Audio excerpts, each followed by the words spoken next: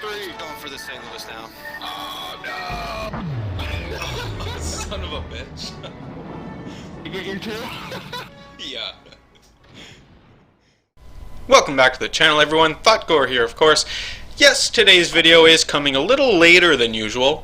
On Wednesdays, I volunteer with an organization that teaches youth about business. I pissed away my day playing Fallout 4 before I had to go do that tonight, so that's why the video is coming a little later this evening. Just on a side note, while I was there, I lost two of the kids this evening. Yeah, so stressed out, just amazingly stressed out. And there's nothing worse than having to call the CEO of this organization and say, hey, look, I lost two of the kids. Yeah. Oh, man. Anyway, we found them. All was cool, but what a time that was. Anyway, getting back to the video. So, today I'm in the Marblehead, and I am on Strait. You'll notice that I'm grouped up with Did It for the Lulz. Yes, he and I are working together in a division, and now obviously this is before the patch, right? This is before 0.5.1. It's a replay that I've had for a while. And so he spawned in the north, and I spawned in the south. And why I want to put up this video is to show, how effectively you can actually work with your team, even though you might not all be together. So I'm going to more or less rock out down here in the south, and we'll take a look at that in more detail, obviously. But Did It for the Lulz up there. He is up there just destroying face as well. He's going to carry that side. Now, I know what you're saying, and I know that, now that 0.5.1 is here, this won't happen. You're in a division, you're always going to spawn together. That is very true, and that is fine. I'm not, showing it because of the division work between us. That is, rock solid and amazing, but it's more about the teamwork, how you can use or even potentially get some sort of thing going on there with the people in the north, and both of you are working together, maybe not focused on coming together as one group, rather trying to get the enemy as they're coming together in one group, right? Because you're going to be vulnerable while you're doing that. You're going to be exposing broadsides as you're trying to get into that position. Maybe if you take the fight to them directly, it might have some good results. Obviously not going to work all the time, and obviously requires an intensive amount of teamwork, but it is possible. It is possible. So we can see I'm down here and just sort of cruising around the Marblehead right now. And because it's such an old replay, I suppose, I don't have advanced firing training on the captain at this time. So the range is still limited to the 12 kilometers, I believe.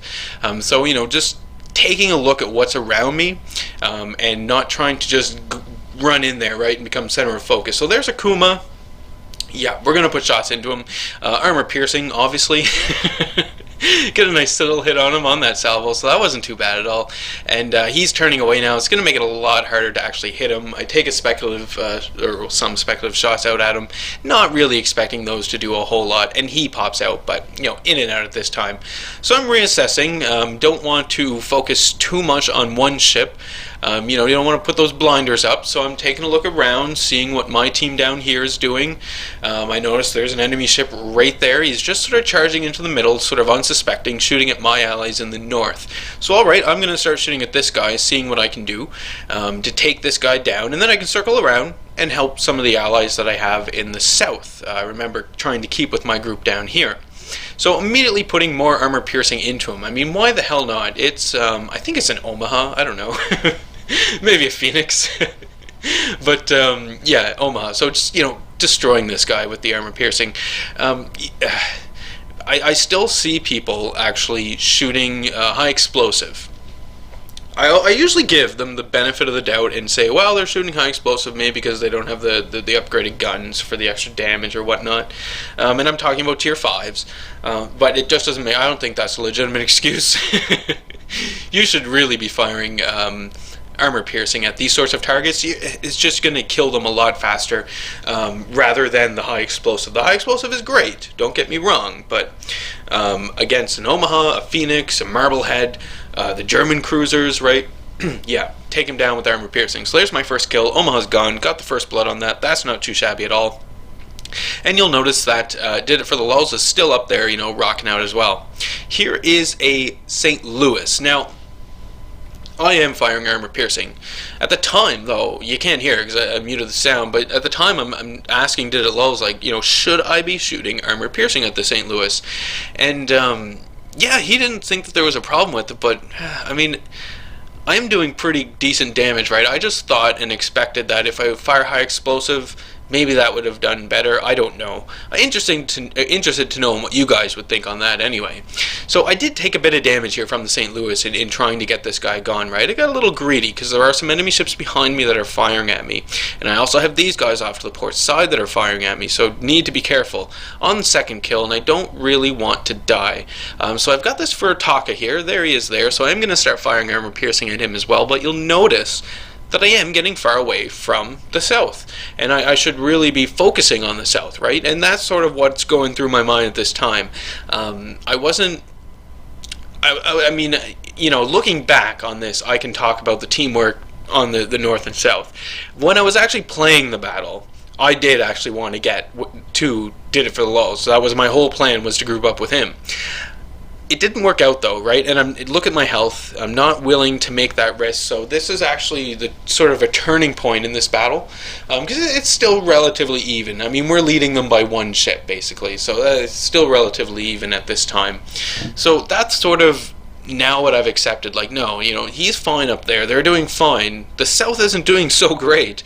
I wasn't there supporting them, so now I have to come back here and I have to support them, right? I don't want any more of them to die, and that's what we're going to start taking a look at here, because there are some enemy ships remaining down here that we need to deal with. Specifically, yeah, that guy over there who popped up, we want to try and do something about him, because you'll notice he's firing into my allies, and then we've got these two enemy ships back here, so yeah, targets to choose from. They're behind rocks, you know, I'm not going to hold out for them to come back out of the cover. No, I'm going to continue to look around, continue to scan for targets, and just wait and try and find the opportunity when the enemy is exposing a broadside to me, or you know, not expecting my shots coming in, so he's not going to take evasive action against them. Just being patient with what I'm going to do here, because again, the hit points that I have, I just can't take the hits at this time. I'll die, and then it's all over for me. The team maybe would carry on. I don't know. You know, I know how to work Marblehead. So I'm closing the distance. I mean, I've more or less chosen my target at this time. These guys are behind the islands, right? Like, they're just, I don't know what they're doing over there. I think they grounded themselves too. But this, I think it's another Omaha, is actually closing the distance on me. So, alright, this is going to be my target. I'm going to start closing distance with him. I really enjoy the Marblehead, and the same can be said for the Omaha. Having the turret with the double gun mount there on the front, and then having those 4 other guns and barbettes. So it makes it really easy, and really, you can get some really effective shots from just driving straight onto someone. Plans changed, right? The Omaha who was over there, he's turning away. I'm not going to be able to close the distance with him. He is faster than me. I still have those enemies over there just dicking around. I don't know what they're doing. But now I've got enemies that are pushing down from the north, sort of into the middle. So I'm going to start, you know, trying to do something about these guys as well. I'll let my ally chase down the Omaha, because he's really the only one in the south remaining. We'll let the aircraft carrier that I have deal with whatever those battleships are doing back there by that rock, and I'm going to push into the middle, and I'm going to push into the north, and try and do something here. So I am firing, well, rather, I cleared the barrels of high explosive that I had, because I did expect to see like a destroyer, because I wasn't really looking to see the destroyers were all gone. But anyway, switch over to armor piercing, right, to start shooting back at the Thotgor. Can't take a whole lot of hits, and that Thotgor, to be frank, if he manages to get a good hit on me, I'm done. Because I think it's 208mm cannons that the Thotgor has. You know, the largest caliber gun at tier 5 in the game so far anyway, if we're talking cruisers solely, obviously. But you know, big guns on that thing, and I have no armor. The wind blows, and like, my armor just shudders in the wind, so no armor. And being aware, look, now I'm in a situation, right, where these enemies, excuse me, are going to start coming around the headland here. They're going to be broadside to me, I'm going to be broadside to them, and that is exactly what I do not want. So we need to start maneuvering, need to start taking into consideration torpedoes. While all of that is happening, doesn't mean I can't get some shots off at the aircraft carrier. Because, you know, I can fire the ship and still maneuver fire my guns and maneuver my ship to line up torpedoes on anyone who's coming around there, that little headland. Marblehead torpedoes, though, are really, really ineffective. They are just awful. They do very little damage, but at least they're there. and they do something. You can do some flooding damage over time. Destroying this Zehu, or Zehu? Is that how you say it? I don't know. Destroying this aircraft carrier, anyway. I'm not really sure what he was doing. He was fairly close, so I imagine he was trying to support his allies, but it just didn't work out for him. He's gone. Don't have to deal with him, but we're still looking at these enemy ships coming around the headland. They're not stupid. You know, they're not just going to charge out here, and because they know I'm here. So I launch my torpedoes, and we're going to obviously turn. I'm not presenting any sort of broadside in this situation, because look, there's a Miyogi. Yeah, that was a guy. I think that's the guy who was grounded down there. I don't know what. Again, I don't know what this guy was doing. We are firing high explosive at him. He is a battleship, so it just makes sense to fire high explosive. And again, I was on fire, but I was able to repair it, and now I barely have any hit points remaining. Yep, you can barely see the little red line on my hull there. We're pushing it real close, but I'm still putting shots in. As long as my ship is afloat, I will fire the guns. So, you know, anything I can do to do more damage to this Miyogi, this is what I'm going to do. And high explosive is the best way to go, obviously, because you can set fires, and that will just burn continuously, do continuous damage until his repair cools down. Once it does, then you just set more fires, obviously. So yeah, this is what I'm going to be doing. Even though, I mean, there's my friendly destroyer. Look at this, though, like, just point blank torpedoing. He just has to reload, like, very, very narrow maneuver there. He did almost collide with this Miyogi, but he's still going. Where are his torpedoes? Oh yeah, it took him longer. Actually, now I remember. Yeah, there they come, see? It took him longer to reload, and then he missed. Yeah. Oh, this guy. Whatever, I was still setting him on fire. It's a shame, too. I mean, if he would have hit in that spread, he actually would have done flooding damage, and that battleship wouldn't have been able to repair it. He'll get another spread off here, hopefully, anyway.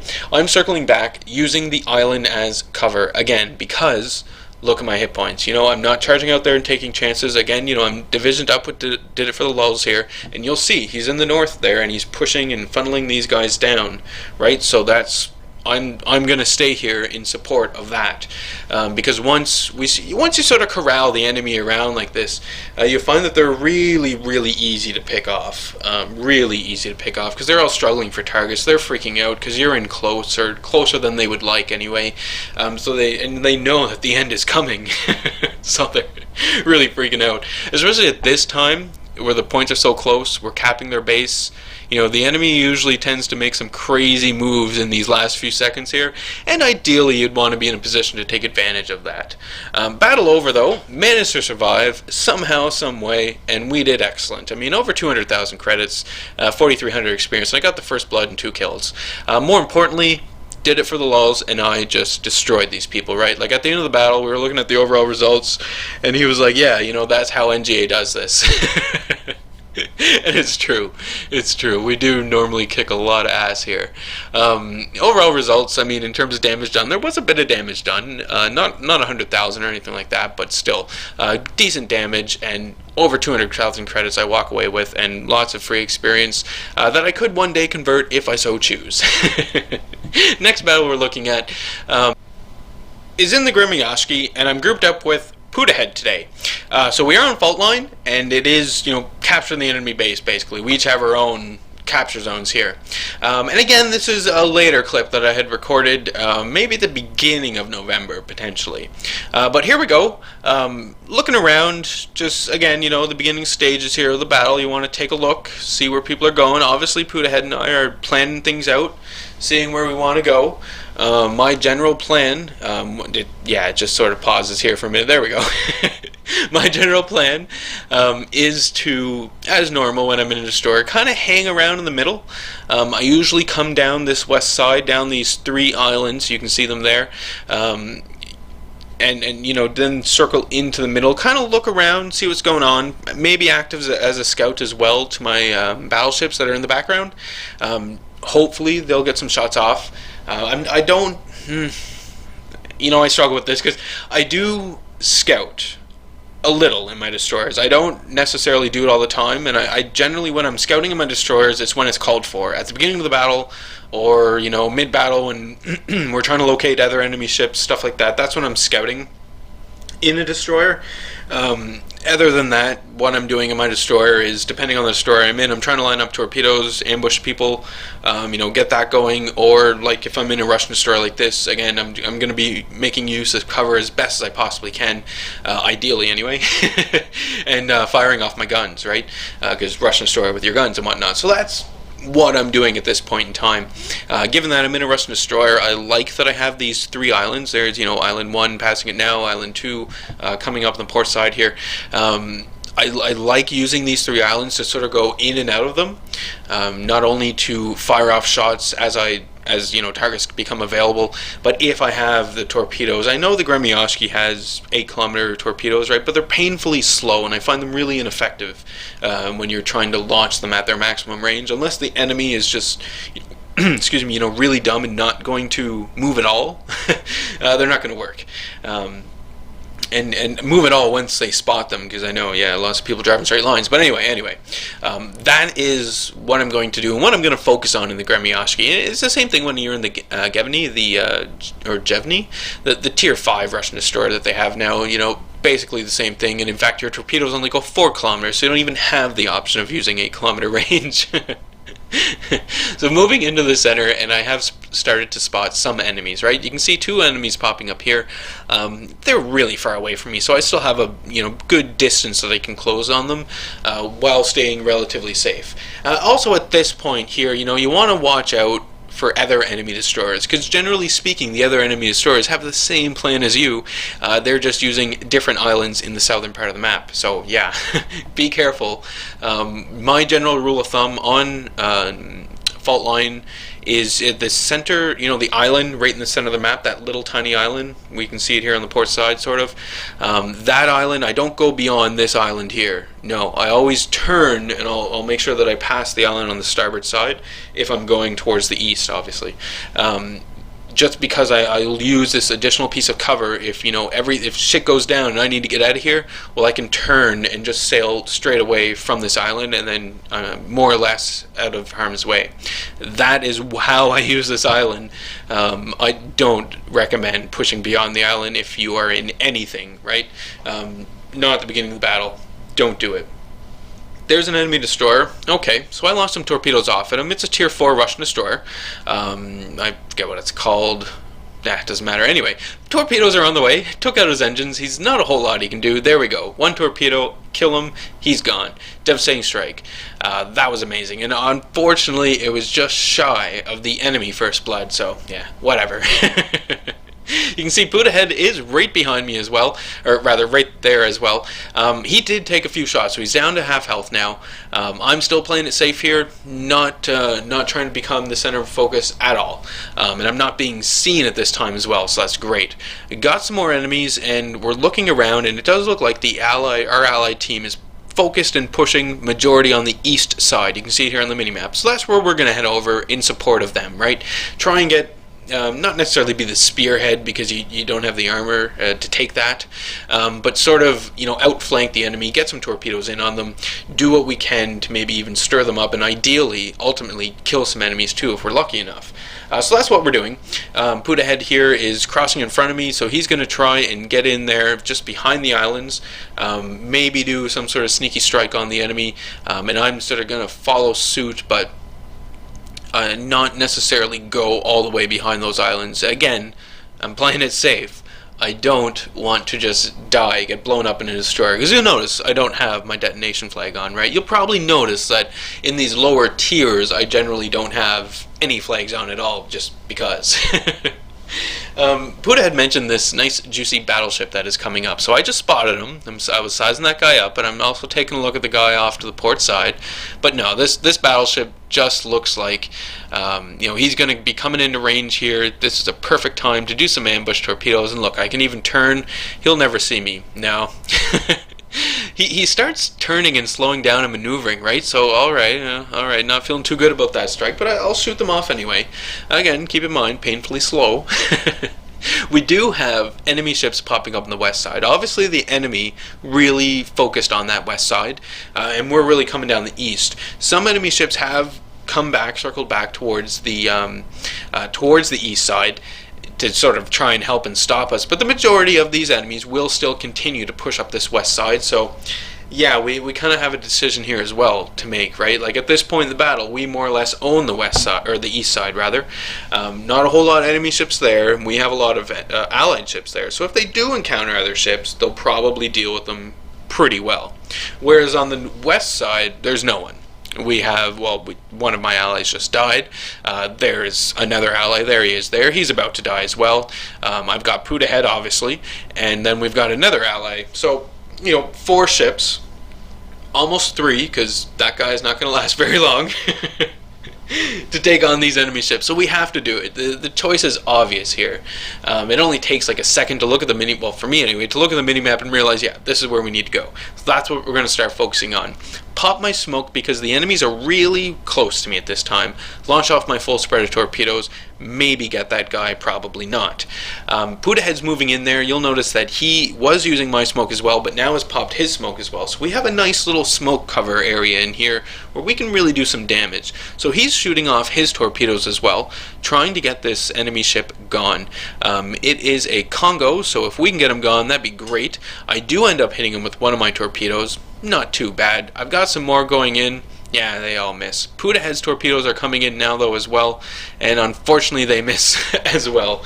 And now, yeah, Congo is getting really close. My torpedoes are on a pretty long cooldown right now, so I don't have much of a choice. We're going to have to retreat.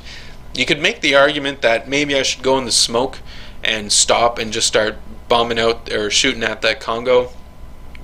I wasn't comfortable with it. I thought that the Congo was just too close for me to actually do that, so no, I wasn't going to do it. Instead, I'm going to try and stray from here. Torpedoes are almost done. Maybe we can get some more torpedo hits into them.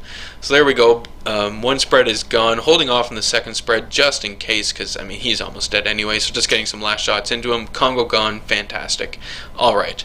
Taking a look at the minimap once again, we can see that there are still enemies pushing on the west side. We can only see one of them now, but you'll notice that my allies have taken the east, pushed beyond the east, and now putting pressure on the enemy base. So this time, we're moving into defensive mode, right?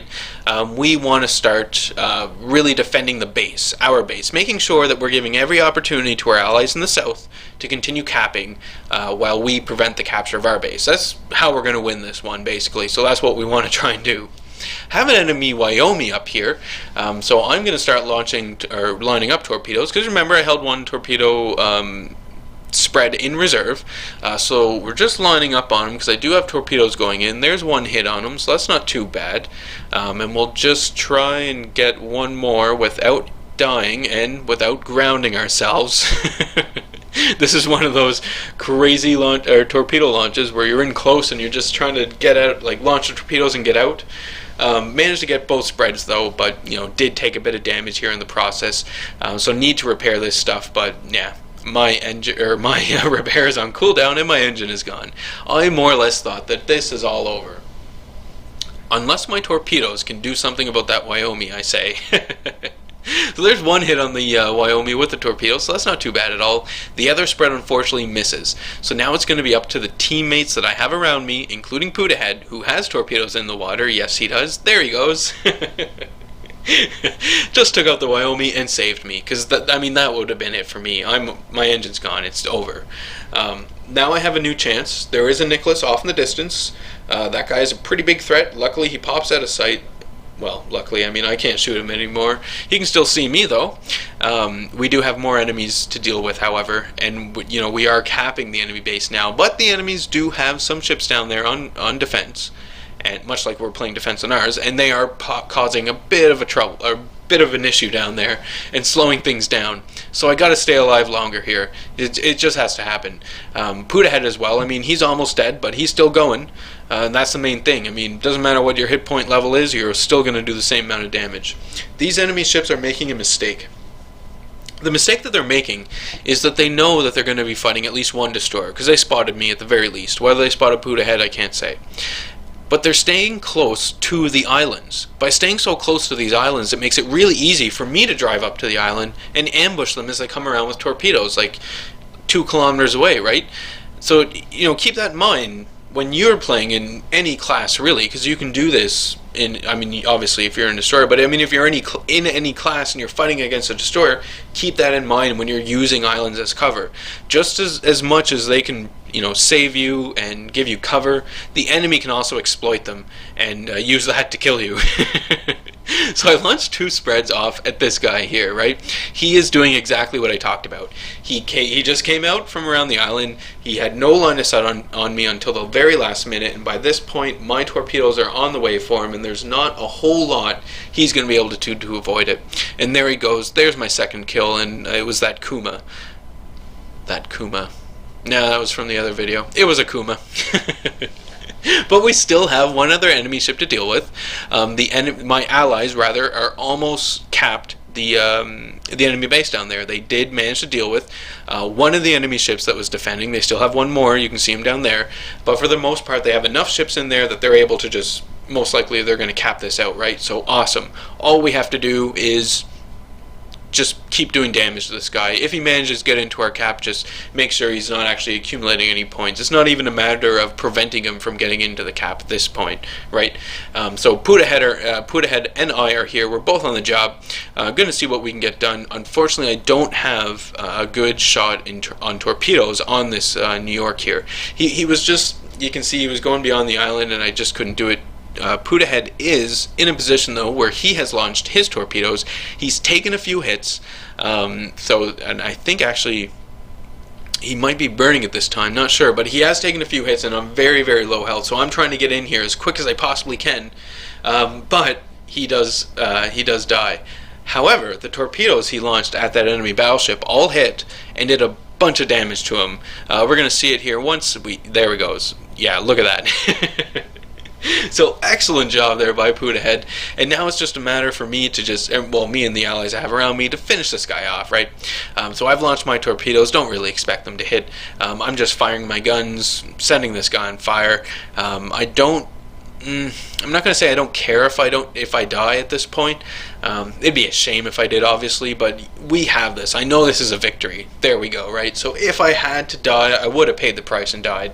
But that was also an excellent game. And again, you know, this one showed maybe cognitive teamwork, maybe.